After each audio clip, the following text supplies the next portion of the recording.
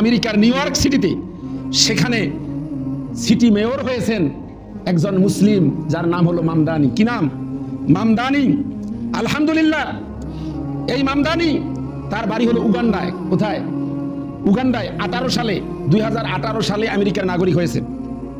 উগান্ডায় একজন আরেকজনকে যখন উপহাস করে কথায় কথায় বলে যে তোমাকে উগান্ডায় পাঠাই দিব, মানে এমন একটা দেশ যেটাকে উপহাস করে মানুষকে বলে তোমাকে কি করব, উগান্ডায় পাঠিয়ে দিব।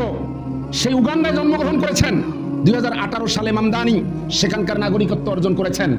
কিন্তু তিনি দেখেন নাই আমি কোন দেশে জন্মগ্রহণ করেছি, তিনি সেটা দেখেন নাই।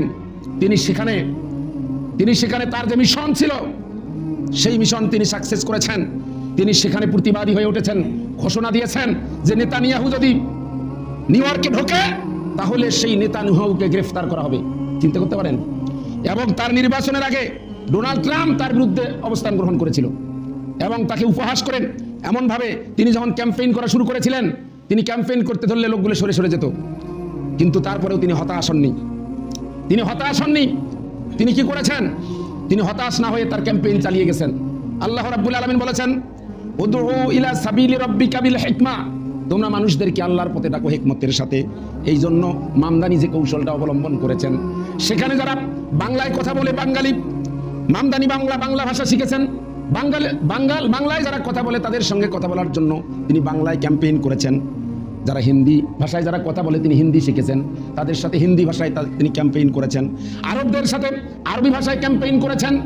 এরকম করে করে বিভিন্ন ভাষা তিনি অর্জন করে যে ভাষার যে মানুষ তাদের সাথে সেভাবে ক্যাম্পেইন করেছেন। হতাশ হননি, আল্লাহর উপর ভরসা করেছেন। আল্লাহ রাব্বুল আলামিন তাকে 50% বেশি ভোট পেয়ে তিনি বিপুল বিজয় অর্জন করেছেন। বলুন সুবহানাল্লাহ। তাহলে নিউ ইয়র্কের নগর পিতা হয় নাকি চারটিখানি কথা? নিউ ইয়র্কের মধ্যে যে সম্পদ আছে, শুধু নিউ ইয়র্কে, এই নিউ ইয়র্ক সিটিতে যত সম্পদ আছে, এটা যদি একটা দেশ হতো তাহলে পৃথিবীর 7ম দেশে পরিণত হতো সম্পদের দিক থেকে। তাহলে কত সম্পদ শুধু নিউ ইয়র্কের মধ্যে আছে। সেই নিউ ইয়র্কের নগর পিতা হয়েছেন মামদানি। সেই মামদানি তিনি কি করেছেন? তিনি সিদ্ধান্ত নিয়েছেন, তিনি বলেছেন যারা বড় বড় মিলিয়নিয়ার, যারা বিলিয়ন সম্পদের মালিক, তাদের কাছ থেকে বেশি করে কর আদায় করা হবে এবং সেই কর দিয়ে যারা নিম্নবিত্ত মধ্যবিত্ত তাদের মধ্যে এটা বিতরণ করা হবে। এজন্য ডোনাল্ড ট্রাম্প তার বিরুদ্ধে সহ বড় বড় মিলিয়নিয়ার যারা, তার বিরুদ্ধে তিনি সবাই তার বিরুদ্ধে অবস্থান গ্রহণ করেছে, এমনকি ডোনাল্ড ট্রাম্পও। কিন্তু কেউ তার গতিরোধ করতে পারে নাই।